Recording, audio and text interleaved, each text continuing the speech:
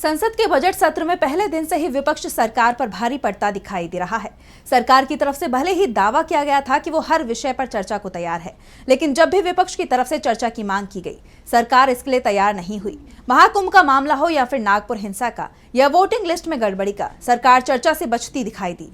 सत्र के 7वें दिन भी विपक्ष ने केंद्र के खिलाफ जमकर आवाज उठाई। देखिए रिपोर्ट। संसद में एक बार फिर परिसीमन का मामला उठा। डीएम के सांसद कनिमोझी ने कहा, हम तमिलनाडु में निष्पक्ष परिसीमन चाहते हैं। केंद्र सरकार हमें संसद में ये मुद्दा उठाने नहीं दे रही।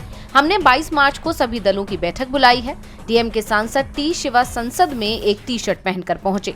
उन्होंने कहा कि तमिलनाडु निष्पक्ष परिसीमन पर जोर दे रहा है। इससे करीब 7 राज्य प्रभावित होंगे, लेकिन सरकार की ओर से अभी तक कोई प्रतिक्रिया नहीं आई है। इसलिए हम निष्पक्ष परिसीमन की मांग को लेकर अपना विरोध प्रदर्शन जारी रख रहे हैं। परिसीमन को लेकर सदन में सत्ता पक्ष और विपक्ष के बीच जबरदस्त टकराव भी दिखाई दिया। लोकसभा अध्यक्ष ओम बिरला ने कहा कि कोई भी व्यक्ति नारे लगी टी शर्ट पहनकर नहीं आ सकता।